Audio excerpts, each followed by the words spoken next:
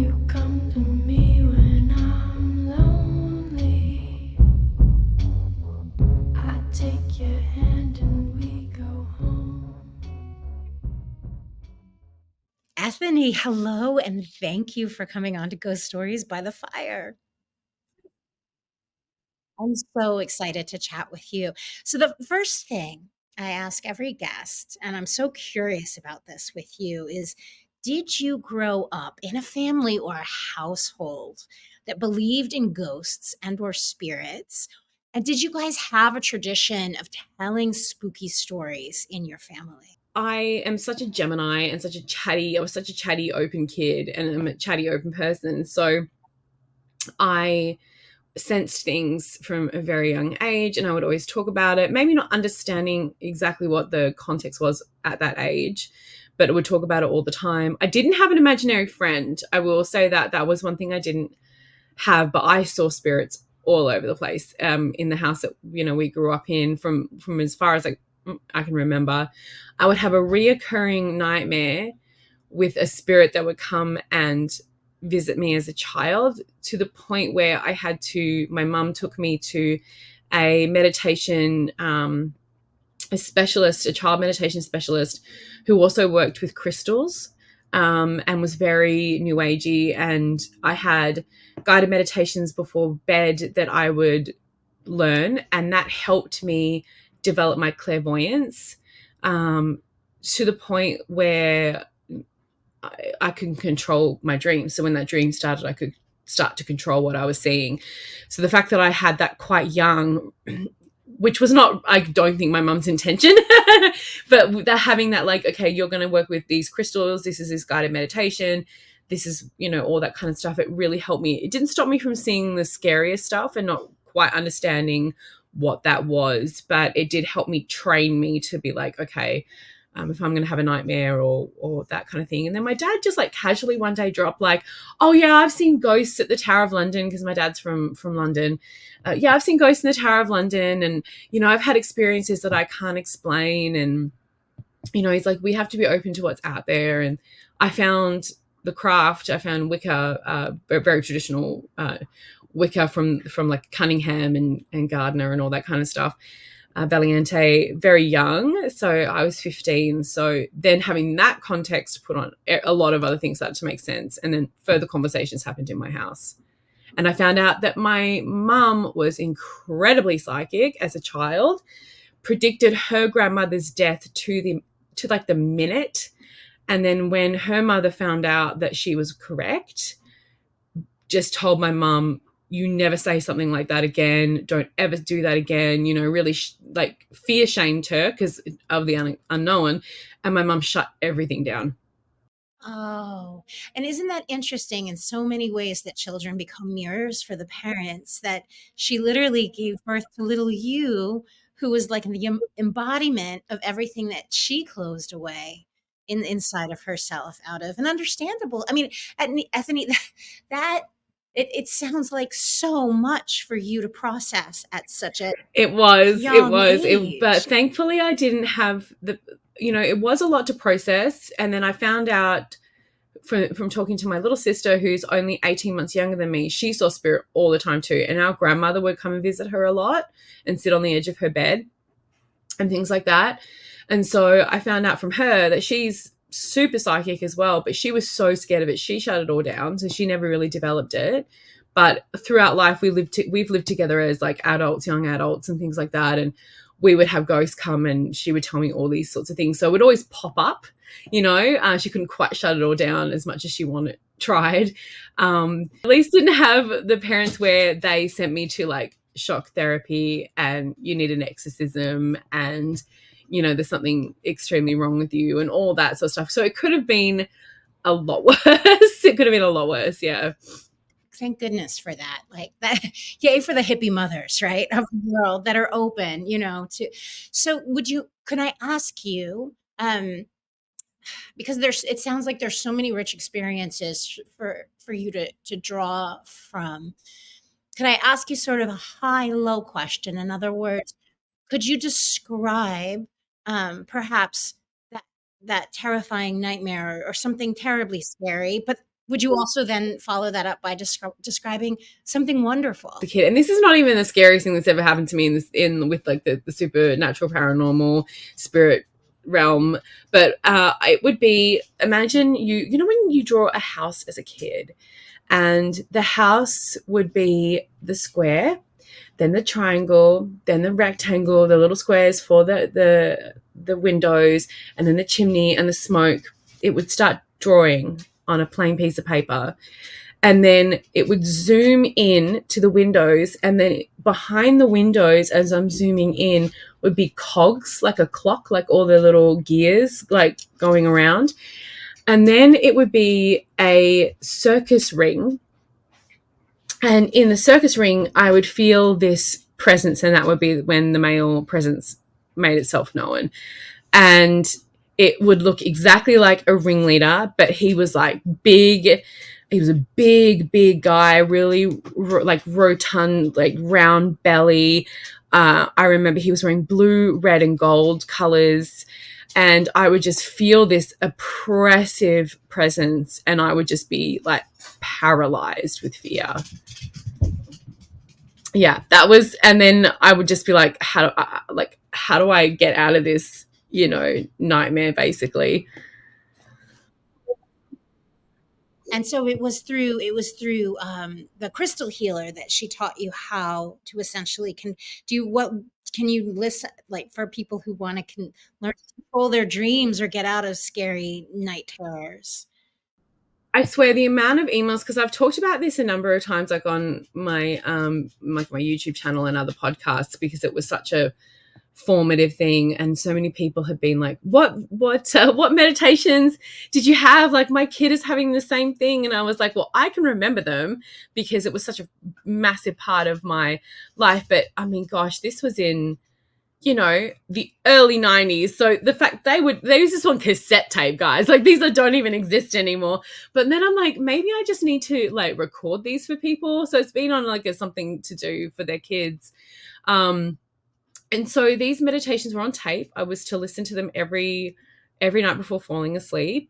I also wore a amethyst ring crystal pendant everywhere I went, all day, every day, 24/7. It cracked, but I still have the one piece that I managed to have in the holder. I've got it in like my treasure box, when you keep all the things, like, oh, I lost one earring, but I'm going to keep it for sentimental value, the other one. And I wore that all the time. And then she gave me other little stones as well to have by the bed. And the meditations were things like, there was one that I remember that you would board a spaceship, like a beautiful, like this rocket with a whole bunch of like spirit friends. So it would be like, a teddy bear, or, a humanoid teddy bear, or you take your favorite teddy bear with you, so that teddy bear would come with you from real life, so she'd get you to pull in real life things. And then you would go to space and she would talk you through everything, so you would have to visualize it. Again, great tool for your clairs. So you'd visualize it, and then you go into space, and it would just be this like amazing like stars and planets, and seeing this incredible. And then there was like the fairy forest, which was one of my favorites. There was like a mermaid one for the ocean, and then there was a cottage. So there was 4 meditations, and you would listen to one every night to help you go to sleep. And that helped train me. And what I would do, which is so random, but I don't what I would do when I'd see that nightmare start, I would visualize in my mind a painter, and this painter would have blue and white, so blue painting overalls, a blue painting hat, and a white t-shirt, and he would come out with a big old like roller paintbrush, and he would just paint over in white the house, and the nightmare would stop. That's brilliant. That is brilliant. I love the creativity of like a young mind, right? Who like talk about the answers are inside of you. Like that's fantastic. Does it ever start? Have you had it? Has it ever revisited in your adult life? Never in my adult life, but I can still, to like this day, I know like that I know that memory so well from having it for so many years. But because of the painter, and my dad was a carpenter and he painted and everything, so maybe that was, you know, I've seen him paint. We built a lot of our house, so I've seen him paint a lot. So maybe that's where that came in as well. But thanks to like knowing it, I can lucid dream really, really easily now. So I often know when I'm in a nightmare or a dream. Like I'm like, oh yeah, okay, this is not. So it's not like when I grew up, I was like, Freddy Krueger, who? Like he could never, bitch. Like I come for me, Freddy, because I would have you out of my dream in about 3 seconds. So, quick question about lucid dreaming. And about knowing when you're in the dream and being so, can you tell the difference when you're actually dreaming? Can you tell the difference of when someone is actually there, in other words, someone who perhaps has passed over, or someone who's maybe still alive but that you have a connection with? Oh my gosh, it happens all the time. Can you explain how that feels for you? Because Yeah, different for yeah. everyone. So if I'm dreaming and and I've had some really not that I don't have nightmares now. I have had some pretty bad nightmares, but it's not that reoccurring ones. So, but if I'm having a dream and it's just a dream, I can wake up and shake it off. Right? There is every time I've had either a really bad dream or a great dream, where I'm like communicating with someone who is either no longer here or someone's come for a visit in spirit, or even someone alive has like visited me on the dream realm. I will wake up and I will still like, it'll almost be like I can feel them still. And then often they'll call me, or like I'll have a connection, like a contact with them in the next 24 hours. Like the father of my son, we lived in separate continents for a lot of the time we knew each other, and we would visit each other all the time. And within 12 hours, I would get a message from him, or he'd call me, or whatever it was, when we weren't together and we were just friends in separate countries. So, I've had so many. So it's the feeling, it's that physical feeling. And I always feel it too. So if there's any interaction, like there was a dream I had a couple of years ago where I saw a dear friend of mine from Australia, and I was in a train station. Actually, a couple of my friends were there, but the one that I knew was a visitation was, I felt them because I was running down an escalator at a train station, even though like you can wait, but I was so excited to see them, and I just ran into them and gave them a hug, and I felt that hug. And I could still feel that hug when I woke up, and I was like, that was a visitation. Like I felt the love, you know? So that's when I know it's someone, when I have that visceral feeling. Isn't that interesting? Yeah, I always say I try and describe. It's so hard to describe these kind of things, but I always feel like it hits on a different note. You know, like if you were playing a song, it hits on a much deeper, again, that like embodied feeling. For me, it happens through the eyes, and there is just a certain knowing that I am looking at them and they're looking at me in such a deep way that I could almost feel I know beyond the shadow of a doubt it's a visitation. And it doesn't happen very often. No, it doesn't happen like all the time. Like it would definitely be one of the rarer things when someone comes and says, "Hey, what's up?"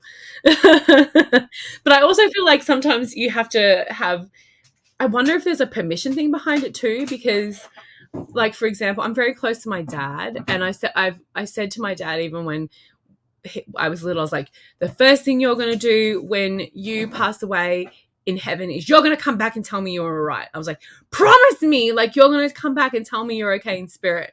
Right. And he's like, I promise, I promise.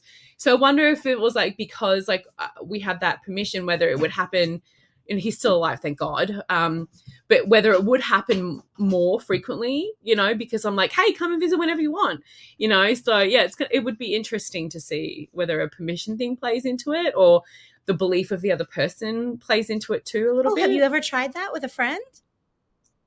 No, but it would be an interesting experiment. Yeah, I think I'm actually going to do that now. That sounds like so. So could you share a story of the other side, the bright side of the spectrum, of perhaps the loveliest or most heartwarming ghostly or energy experience that you had as a child? That as a child, that's a little harder, because as a child it was more, it was more the spirits in the land for me that I really I really connected with. So seeing Fae and things like that, spirits was a lot harder for me as a kid. It wasn't until I got older that I was able to really kind of go, okay. And then it really wasn't until about 10 years ago, and I turned 40 this year, where I went, all right, I'm actually going to turn my mediumship back on. Because when I started with my tarot teacher, she was a medium, and I've had tons of spirits show up in readings, but it was never anything intentional. It was always just like, oh, there's someone here. And I'd see them and I'd be like, this person's here. What, like, but then I would be stumped and be like, I don't know, like, I never developed it. So I was like, I don't know what they want to say. But, you carry out the reading and find that often there would be a message there. But she said to me, you don't have to be a medium. You don't have to be someone who, works with spirit in that way. And so I was like, oh, cool. So I don't have to do that. I don't have to be a mediumship tarot reader, which was kind of a relief, to me. I got another story about that, but that is a bit of a long one. But it revolves around, if you've ever heard of the Claremont serial killer from Perth, Western Australia, Google it. So the Claremont serial killer was one of the most prolific Australian serial killers. Oh my gosh, my dog. In Perth, Western Australia, where I lived, and a lot of the families of the girls who went missing and killed asked a lot of mediums and things like, where are the bodies? Because, I mean, Australia is scary. It kind of reminds me, it's not like California or New York or a lot of places in America where you're so sprawled out. Like California as a state, like it is just like, there are people, like your suburbs kind of and your cities go for like miles, right? Where in Australia, we are so concentrated in little areas.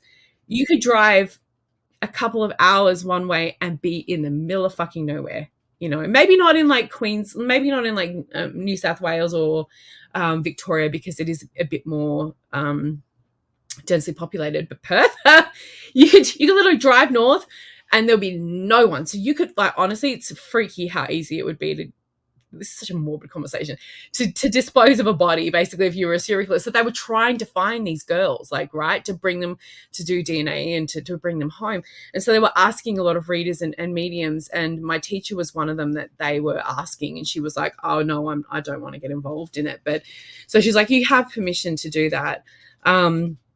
So then it wasn't until I started, but as a young child, it was through the Fae that I really found comfort and found that like solace. And having like a little, I think like my teddy bears and things like that were like my little spirit guides back then, because they were the kind of things that made me feel safe. But yeah, as a kid, it was hard. As a kid, it was like I was more afraid. The spirit interaction was scary, basically, as a child, and wasn't like, I'm curious. So did a lot of like the animal or the nature energy that you experienced, I would imagine that happened while you were playing outside, like any other kid does. Yes. And so can you? And it's hard to put language around things like this in a way that language is not our friend. I don't think, when it comes to describing, especially as a child, when you're rubbing up against things that are not quite, you're looking more at the raw energy of something. Yes, it's the veil, right? Trying to experience the veil as a child and putting that into words so hard. Yes. So can you try to explain to us what it felt like to you? The good or the bad? Because I can do both. Like just the nature energy. I mean, and could you differentiate between good and bad? Because I think sometimes as a child, if you're rubbing up against something archetypal or unformed, it can be terrifying. Well, I was so afraid of the dark too. So even if we went camping or something like that, like I just would like, I always have to pee in the middle of the night. Everyone's going to know this about me. But like even as a kid, and I would hold my pee until I like, oh my God, terrified. Even to get up at night in my own house, terrified of dark because of the spirit, interaction. But during the day, I was definitely a fairy child who would like go sit in like climb trees, and I'd make potions. And for me, it felt more, I guess, light and sparkly and alive. For me as a kid, it was like daytime was the realm of the alive, and nighttime was the realm of the dead, and that and the shadows and the scary things. So, and I think that a lot of kids feel that because we're not taught as children that the time that you try to fall asleep is when you can be the most vulnerable to picking up. Even if you don't have a psychic kid, it can be the most vulnerable time for picking things up, right? Because the mind is going into somewhere else and it's resting in our spirit. You know what I mean? So I can understand why so many kids are like, nope, dark, no thanks. This is why I'm afraid of the nighttime, or I don't want to sleep alone, or I want to sleep with the light on. It's, yeah, I think they're trying to explain that, like, oh, I can feel my consciousness dipping, and I'm more open and can sense more things. That's so interesting. And it would also be the big reason why, and I certainly remember this so well for myself, you just don't want to be sent to bed as a kid. You want to stay up late. And if you have a younger sibling, there's nothing better than when they get sent to bed before you. It's the best feeling. That's so interesting. And it's funny because hearing you describe that, it reminds me of times when I've experienced night terrors, which for me, night terrors and adult in between world experiences would happen when I would wake up at that so-called witching hour around 3 a.m. And it would be when I was falling back to sleep Oh, that yeah. would slip into this space where it felt like I had at first, I felt like I had no, it's fine. I felt like I had very little control over what was happening. And it wasn't until and I would have harrowing experiences until I learned to kind of protect myself. But that's exactly what you're describing for small children is exactly what I would feel like. Yeah. And so then becoming a mother myself and having a child who is so empathic and so psychic, having conversations around spirit and around, oh my gosh, and we've had so many conversations about ghosts. He sees them all the time, and he has ever since he was very, very little. And, being really sensitive to the fact that nighttime can be a struggle, and it's just like, yeah, I was armed for this, right? Like I was like, yeah, I know exactly. It's all good, mate. Like I have got all the things for you. We can talk about it. Here's this, he's got specific grid crystals in his, like, under near his bed. Obviously I cleanse the apartment that we live in quite, like a lot. He can talk about whatever he needs to talk about. We've even had to tell a spirit in the apartment to leave. Even though she's fine, or at least not, I actually said to her, like, just don't show yourself to him, but it's a replay, it's a loop, she's not stuck. It's just unfortunately, she passed not great, so she's stuck. There's like that imprint sort of loop played. So I'm just like, please don't show yourself to my son, otherwise I will get you out of here. Like, that's fine. You can stay there if this reprint needs to be like whatever. But I was like, don't. So does it work? So it's a funny thing. I think so often energies, spirits, ghosts in your house or in your home really do respond very well when you just like you would for another person, just be like, "Could you please leave? Could you put down?" You literally ask them to leave. And I think a lot of people are surprised by the fact that you don't have to necessarily like call in an exorcist or like, flow, like throw holy water all around the room. Have you ever though had to resort to more oh yeah. extreme ways? Oh my god, yes. Yeah, here's the thing though on that too, and I am obsessed with paranormal shows. I fucking love them. Like I will watch them all day, every day. One day I would love to even just be a guest on an episode of one of those things because I'm obsessed with them. So what's interesting, and we can pick apart like every episode, right? But what's interesting and what I found is people, and I agree with this book. I don't have it near me, but it's the The Witch's Guide to the Paranormal, I think it's called. It's by Llewellyn. And I'll send you the link after so that you'll know which one it is specifically. And I was just like, yes, the person who wrote it, because they say not enough practicing craft members, whether you're Wiccan, witches, whatever, are in the paranormal space. And there needs to be more, because if you come from like a haunting from a religious space, that's going to be your lens, right? If you come to spirit or a haunting or a whatever it is, an energy in a space from a energy healer or a witch or whatever it may be, it's very different, because you can explain to people, hey, even if you're religious, the more you fear this, the more you give it your fear, the more you acknowledge it in a fearing way, the stronger this thing is going to get, because you are giving it energy now. Everyone in this house is now giving what could have been something that could have easily be dealt with a please leave, so much more power over your house, your energy, your experiences, blaming, things falling or whatever. It's like there is this reciprocated relationship you have in that space with it. And so it's like more people who are aware of how that works need to be in the paranormal areas, because it's just like, you guys are part of the fucking problem. And until you sort that out, even if you get an exorcist, or someone to come in and clear it out, unless you are ready to psychologically also deal with that, then there is a possibility that, you could create something else, or something else happens, or a hitchhiker comes home with you one day, not literally, but an energetic one, right? So there's a lot to that. But there was, to answer your question, I don't know if you agree with that. Do you agree with what I'm saying about how like your energy can feed into I it? completely agree with that. Not only honestly about with ghosts and just energies, but I think that anything that you fear or that makes you angry in ways that you're building this really powerful energy reserve up and then handing it over to that thing, rather than taking the energy that it provokes inside of you and using it to kind of soothe the situation. Yeah, of course, because we're, as witches also, and things like the pentagram and all that have been used as a fear of the unknown in horror. And I love horror movies, so I'm not dissing them. I'm just saying, like, it's because of that unknown thing, right? It's an easy thing to fear.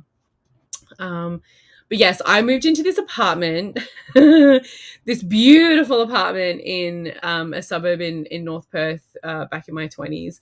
And it was this gorgeous low rise. It had a courtyard, private courtyard. It had 2 bedrooms. It had like parking. Like, it was so nice. And it was relatively cheap. I can't even imagine how much it goes for now, but it was relatively cheap for that. And I walked in and I was like, how the frick is this still on the market? Like, how has this not been like snapped up?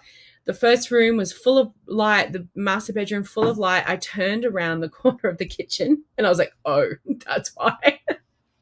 There was this like nasty, dense presence. I don't say portal or whatever often, but this thing was yucky. And it was in the corner, like the darkest corner of the house. It was a lot of stuck energy. The kitchen didn't feel great. The bathroom didn't feel great. And the back room didn't feel great. And I was like, that's why. And to be fair, I actually spent most of my time in the front 2 rooms when I wasn't like cooking or whatever, even after we got rid of it. And I was like, oh, okay. But I was like, I can deal with this. This is no problem. So I took the apartment and I lived there for ages, like a couple of years. And I moved everything in. And, when you move everything in, you want to have a shower. So I turned on all the taps turn the tap on in the bathroom, and it was fine. And then I turned on the shower, and this black water, I shit you not, black water comes out of the shower and starts bubbling up from the sink. And I was like, uh-oh. So then I turned on, we went shower, sink, laundry. So like the dryer and the washer. So I turned on the washer one, that you usually have the little sink there, black water. I was like, fuck. Because I knew exactly what it was. Went to the kitchen, same thing. So I called my friend who's a Tapoan priest. So he's a